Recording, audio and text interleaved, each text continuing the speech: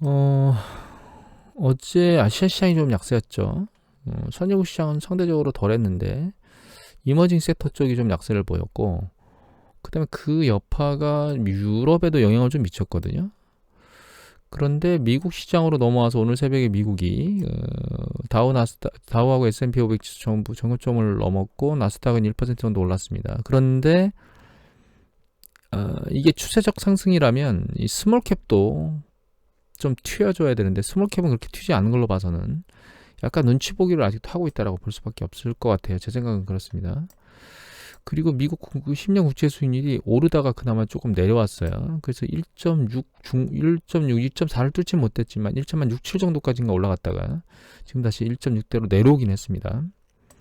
원자재 시장은 내리 달려서 올라가긴 했는데 유가도 그렇고 구리도 그렇고 고점을 치고 나서 약간 안정화되고 있는 모습을 보이고 있거든요.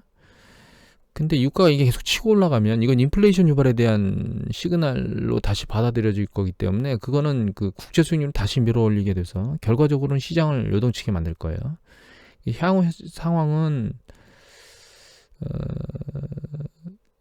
일단 눈치 보기를 이쪽에서 할 수밖에 없다라고 볼 수밖에 없습니다. 지금은. 어제 특이했던 거는 중국 지표 발표인데 보시면 산업 생산이 상상 못할 정도로 급등했습니다. 이것도 마찬가지예요. 리테일 세일도. 그 다음에 고정자산 투자도 급등했는데 이거는 이제 그때 기저효과라고 해서 작년도 2, 3월 달에 아주 그 지표가 마이너스로 크게 폭락했었거든요. 근데 그걸 반영하더라도 그 이전의 상승률에 비해서 상당히 높은 수준 올라간 건 맞습니다. 그래서 이렇게 좋은 상황이기 때문에 주가가 이렇게 아랫방향으로 곤두박질 쳐야 될 이유가 없거든요. 여기 마이너스 1% 가까이 빠졌고 CSI 지수도 보시면 마이너스 2% 넘게 빠졌죠. 그래서 아랫방향에서 지금 헤매고 있습니다. 밀려 내려간 다음에 이 떨어진 폭으로 놓고 보면 일단은 그 좀 많이 빠졌다. 그렇다고 해서 또 많이 빠진 것도 아닙니다. 사실 일정 수준 빠졌다라고 이제 볼 수는 있습니다. 근데 특이한 건 여기 보시면 실업률이 급등했어요. 보시면 5.2가 예측치였는데 5.5로 급등했거든요. 이건 아마도 작년 그 주요 대도시에 코로나 팬데믹 때문에 강력하게 봉쇄 조치를 몇 군데 했었잖아요, 도시들. 아마 그런 부분이 약간 뭐 서비스 업종이나 일종의 영향을 미친 게 아닌가 그런 생각을 하게 됩니다.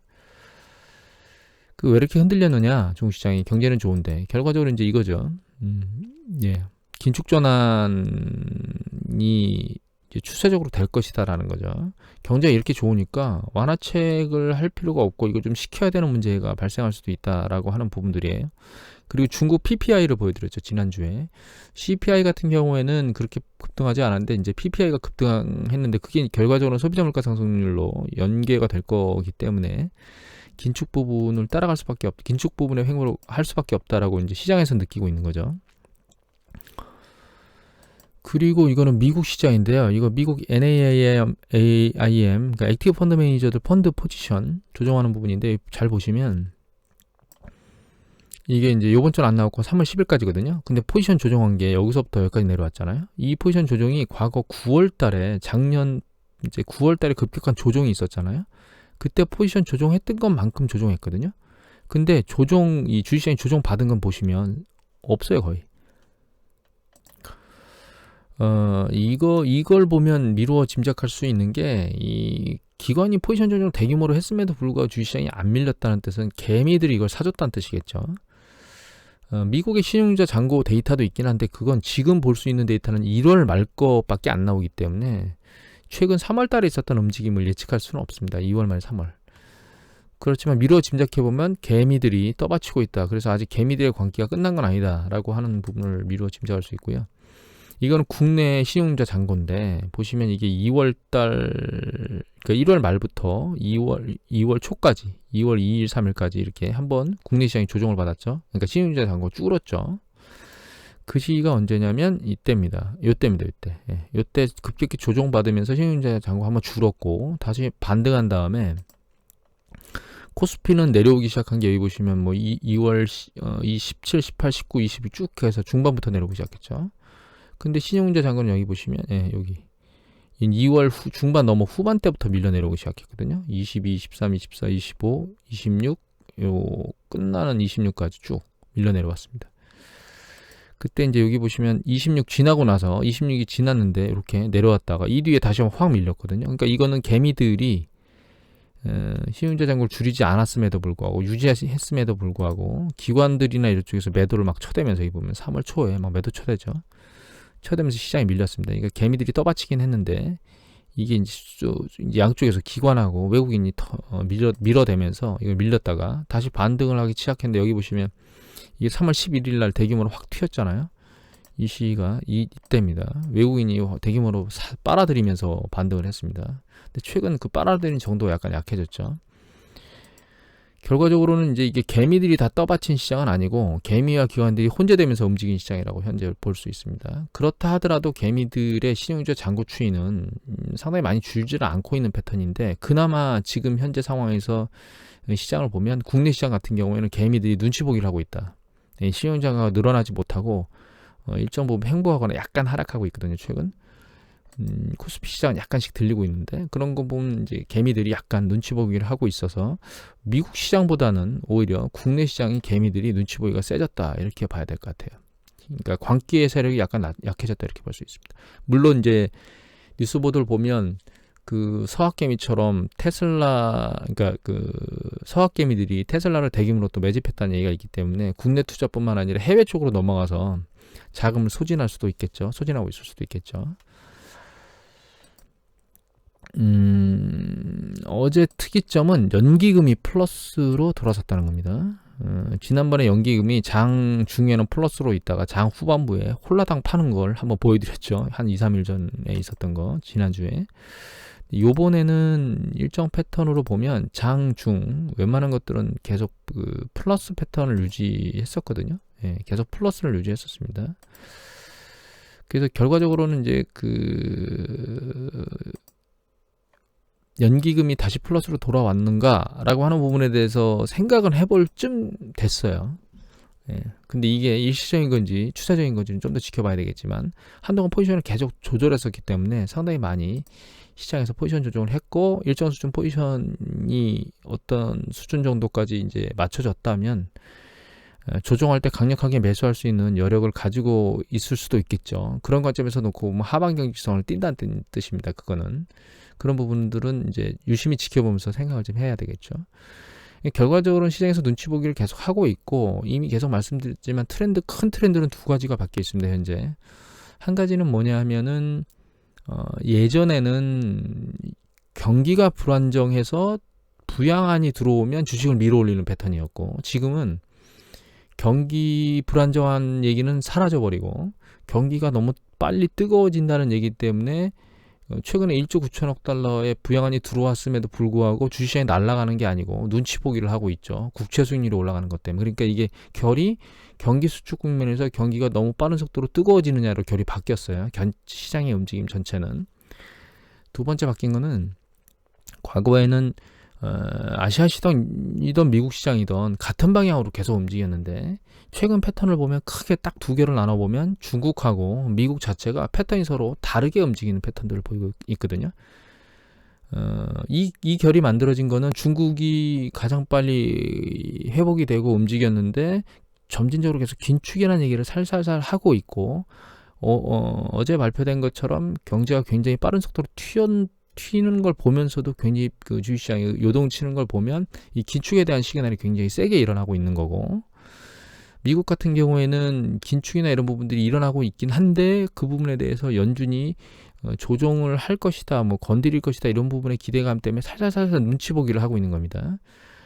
그런데 이게 그냥 계속 이런 눈치 보기를 하진 않을 거고 어느 쪽에선가 방향 타진을 잡을 건데 그 방향 타진에서 중국이 빠르게 회복되면서 미국 시장을 따라갈 건지 아니면 반대로 미국 시장이 중국 시장에 쓸려서 내려갈 건지에 대해서는 지금은 판단하기가 굉장히 어려운 상황입니다. 다만 이 생각을 하시면 돼요. 가장 중요한 건 이거는 현재 중간에 일어나는 변동성에 대한 문제고 긴 추세로 놓고 보면 중국에서 일어나는 일이나 미국에서 일어나는 일은 너무 빠른 속도로 탄력을 받고 올라가면 위험한 거 아니냐라는 얘기거든요. 결과적으로 그 탄력을 받고 올라가는 게 뭐 너무 빠른 70년대 올라갔던 그런 인플레이션 문제 유발이나 이런 것 때문에 주식시장이 크게 충격을 받는 거 아니냐라고 하는 부분이 아니라면 결과적으로 주식시장의 탄력은 계속 올라간다는 뜻이거든요. 단기적인 변동성에 대해 지금 단기적인 변동성 구간에 있는 거지 추세적으로 놓고 보면 올라간다는 개념이기 때문에 긴 추세에서 놓고 보면 나쁜 건 아니에요. 그러면 이제 이미 좀 전에 말씀드렸던 것처럼 그 70년대처럼 그 인플레이션이 계속 올라가면 어떻게 하느냐. 그 얘기는 몇 번 드렸지만 제닛 옐런 재무장관도 마찬가지고 저도 그렇게 생각하는 게 과거에 그때 있었던 시기는 이제 결과적으로는 그 추세적으로 그렇게 긴 시간 동안 10년이라는 기간 동안 쭉 올라갔던 이유는 이제 사우디에서 가장 중요한 그러니까 원자재인 에너지원을 인위적으로 그 공급 충격을 줘서 만들어낸 거고 지금은 그런 부분이 아니거든요. 그러니까 서플라이 체인에 문제가 있어서 일시적으로 뭔가 문제가 발생했고 그다음에 거기에 이제 수급에 대한 예측이 잘못돼서 공급 충격이 발생하는 거기 때문에 이거는 이제 시간이 흐르면 해결될 문제거든요. 그래서 70년대 같은 그 지속적인 인플레이션율, 높은 인플레이션을 유지하기는 어렵습니다. 그런 걸 놓고 보면 큰 충격은 없을 거라고 봐야 될 것 같고, 그러니까 경기 수축이 발생할 수 있다라는 큰 충격이죠. 그리고 70년대 후반에서 80년대 초반 사이는 더블 D까지 겪었기 때문에 그런 상황이 발생할 수 있겠느냐? 지금은 아니라고 봅니다. 그래서 최종적으로 정리를 하게 되면 지금은 주식시장이 변동성의 문제를 가지고 있고 추세적으로 올라갈 방향이기 때문에 사실 난 골머리 쌓기 싫어라고 생각하면 그냥 긴 관점에서 난 그냥 보고 갈래라고 단순히 생각하면 아주 쉽고요. 좀 세밀하게 생각하는 이유는 조정받았을 때 주식을 매수를 해야 되는 거 아닌가라고 하는 부분, 그러니까 좀 더 싸게 주식을 매수하겠다는 뜻인 거죠. 거기 때문에 고민을 해야 되는 거고, 두 번째 고민거리는 계속 달려왔던 성장주 쪽, 그 다음에 상대적으로 덜 올라온 가치주 쪽을 어느 쪽을 포지션을 더 가져가야 될 것인가라고 하는 문제인데, 그 문제는 이제 베팅의 비율을 각자 조정하면 될 겁니다. 이제 그런 걸로 해결하면 되는데, 문제는 그 조정하는 과정에서 가치주고는 그럼 무조건 싸냐? 요번에 이제 어제 새벽 기사 나온 미국의 이제 보잉이라든가 하여튼 아메리칸 에어라인인가 그런 쪽에 이것처럼 항공주들은 적자를 쓰고 여행객이 없어서 죽을 쓰고 있지만 주식시장은 이미 코로나 팬데믹 이전 수준까지 다 올라왔습니다. 우리나라 하나투어, 모두투어 이런 것들을 봐도 마찬가지로 많이 올랐었죠. 그러면 과연 그런 주식들을 잡는 것이 추세적으로 계속 탄력을 받고 올라갈 수 있을 만큼의 그 정당성을 가지겠는가라고 하는 부분들이 고민에 휩싸이는 겁니다. 그래서 주식 개별적으로, 그러니까 긴 추세에서 놓고 보면 큰 문제가 없지만 조정에 대비하려면 현금을 그냥 보유하면 되는 거고, 추가적으로. 근데 세부적으로 포트폴리오 안에 들어가면 성장주하고 가치주 두 가지로 나눠서, 그러니까 많이 오른 것과 덜 오른 걸로 나눠서 쳐다볼 수 있는데, 그러니까 덜 올랐다고 얘기하는 그런 가치주 쪽에 있는 애들조차도 이제 성과나 기업 이익이 가시적으로 나와 있지 않음에도 불구하고 이미 주식시장이 많이 올라간 것들도 많다. 그래서 그런 부분들도 잘 가려서 주식 투자를 해야 된다라고 하는 부분이 정리돼야 될 부분인 것 같아요. 예, 그렇게 정리를 해야 될 것 같아요. 그리고 그 눈치 보기에 이제 마지막 끝자락으로 현재 예상이 되는 게 이제 FOMC 16, 17일 날 양일 일어나는 이제 FOMC 미팅인데, 여기서 아무 얘기도 안 나올 겁니다. 할 얘기가 없어요, 사실. 여러 가지 복잡한 용어를 많이 쓰는데, 연준인 정책에 대해서 사실 연준 정책은 아주 단순합니다. 일단 첫 번째로 두 가지로 나눌 수 있는 건, 하나는 돈을 더 풀어서 채권 시장이나 이런 것들의 상승률을 잡을 거냐, 아니면 돈을 안 풀고 잡을 것이냐, 이런 관점이 있고요. 안 풀거나 당기면서 잡을 거냐. 근데 지금 입장에서는 당기는 행위는 할 수가 없죠. 왜냐하면 당기는 행위 하는 것처럼 보이기만 해도 중국 시장이 아래로 세게 내려가는 걸 보면 연준은 지금 당기는 행위는 할 수가 없어요. 그러니까 당기지 않고 채권을 조작할 거냐, 아니면 풀면서 조작할 거냐. 그게 이제 단순히 YCC라고 하는 거는 푼다, 당긴다 이런 건 얘기는 안 했지만 통상적으로 이제 푼다고 봐야 될 것 같고, 오퍼레이션 트위스트는 돈을 더 풀지는 않고 현재 그 수준에서 잡겠다 이런 뜻이죠. 그거 이외에 이제 기준금리로 할 거냐, 그러니까 금리 조작을 위해서 해서 할 거냐, 아니면 금리 조작 아니고 이제 통화량을 직접적으로 뭔가 만지는, 그러니까 그 공개시장 조작이죠. 이걸 통해서 할 것이냐에 대한 구분인데, 그거로 거론되고 있는 게 현재 IOER이라 그래서 그 은행에서 개인들한테 예금을 주기 위해서 이제 그 가지고 있어 중앙은행에 예치할 그 일정 수준의 돈이 있는데 이제 그게 지급 준비율인데 그 지급 준비율이 법정 한도를 넘어서서 예치를 할 수도 있습니다. 그럼 그 예치한 한도 법정 초과분에 대해서는 이자를 지급하는데 그 이자 지급을 조금 높일 수 있다라고 하는 부분을 얘기하고 있어요. 그거는 연준이 직접적으로 시장에 있는 자금을 채권을 매각해서 빨아들이는 게 아니고 그러니까 그 금융기관이 스스로 연준에다 자금을 안으로 넣는 거죠. 그건 금융기관이 외부로 기업과 민간 혹은 금융기관 스스로 자금 유통시키는 걸 막는 거기 때문에 연준이 강제적으로 테이퍼링을 당겼다라고 하는 부분을 그러니까 본격적으로 시작했다라고 하는 부분의 시그널을 안 던질 수 있는 거죠.